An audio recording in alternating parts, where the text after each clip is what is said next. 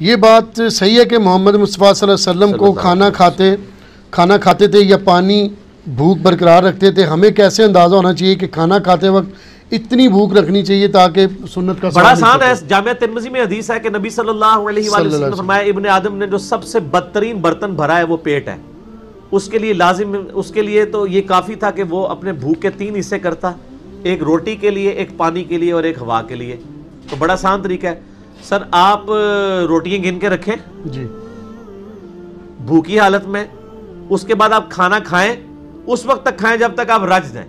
تو آپ گنے آپ نے کتنی روٹیاں کھائی ہیں. اگر 3 کھائی ہیں تو اس کا مطلب ہے آپ کو 1 روٹی کھانی چاہیے، 1 روٹی کے بعد پانی اور 1 چھوڑ دینا چاہیے. بڑے آرام سے کیلکولیشن ہو جائے گی. لیکن اگر آپ 3 ہی کھا لیتے ہیں پوری، یہ گناہ ثواب کا معاملہ نہیں ہے، صرف اس کو ناپسند کیا گیا. اور اس کے میڈیکل نقصانات تو ہے ہی ہیں نا دنیاوی طور پہ بھی. اگر آپ نے، یعنی میں دوپہر کا کھانا نہیں کھاتا ہوں، اسلام میں تو روٹی ہے ہی 2 وقت کی ہے، صبح و شام، چاہے وہ روزہ رکھ کے ہو چاہے ناشتہ. اور وہ دوپہر کی روٹی مجھے کوئی دکھائے کہ ہے کہیں پہ. ابھی بھی گاؤں ایریا میں لوگ 2 وقت کی روٹی کھاتے ہیں، فجر کے بعد ناشتہ کر لیتے ہیں اور مغرب سے پہلے رات کا کھانا کھاتے ہیں. یہ دوپہر کی روٹی نے تو بڑی یعنی ایک مصیبت ڈال دی. اور پھر وہ کہتے ہیں کیلولا کرنا سنت ہے. کیلولا کا مطلب ہوتا ہے آرام کرنا. کیلولے کا یہ مطلب نہیں ہے کہ 3 روٹیاں پھڑکا کے تو پھر آرام کرنا. ظاہر ہے جو صبح فجر کے وقت اٹھا ہوا ہے مزدور، وہ 12 بجے تک جب حلوائی کرے گا تو اس کو دن کو نیند تو آئے گی؟ کیوں نہیں آئے گی؟ تھوڑا بہت ضرور لے لے.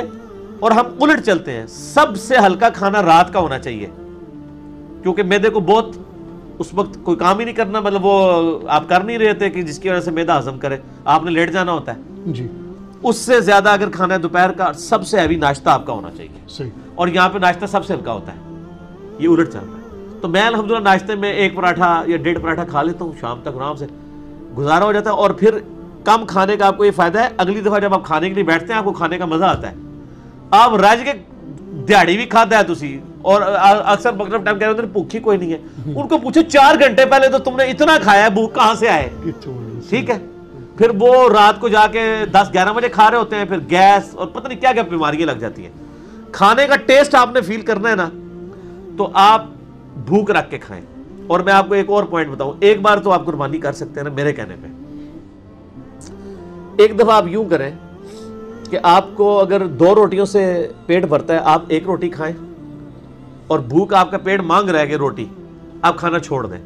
سٹاپ واچ لگا لیں، ٹھیک آدھے گھنٹے کے بعد آپ کی حالت وہی ہوگی جو 2 روٹیاں کھانے کے بعد ہوتی ہے. آپ کو یاد ہی نہیں ہوگا کہ بھوک بھی لگی ہوئی ہے جی. وہ جسم خود بیلنس کر دیتا ہے. اس کی پریکٹیکل مثال آپ نے دیکھی ہوگی، کبھی کھانا کھاتے ہوئے روٹیاں ختم ہو جائیں اور آپ کسی کو روٹیاں دینے کے لیے بھیجیں، جو دعا کہتے ہیں بھوک ہی مر گئی ہے. بھوک نہیں مردی سارے، یہ اللہ نے سسٹم بنایا ہوا ہے کہ آپ کم کھانا کھائیں تو آپ کا جسم اس کا عادی ہو جاتا ہے.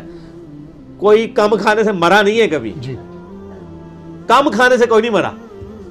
ٹھیک ہو گیا جی. تو یہ آپ تجربہ کریں، آہستہ آہستہ آپ تھوڑی دیر کے لیے بس صبر کرنا ہے. آپ نے گناہوں سے بچنے کے لیے بھی آپ کو تھوڑی دیر ہی صبر کرنا پڑتا ہے، بعد میں سکون ہو جاتا ہے.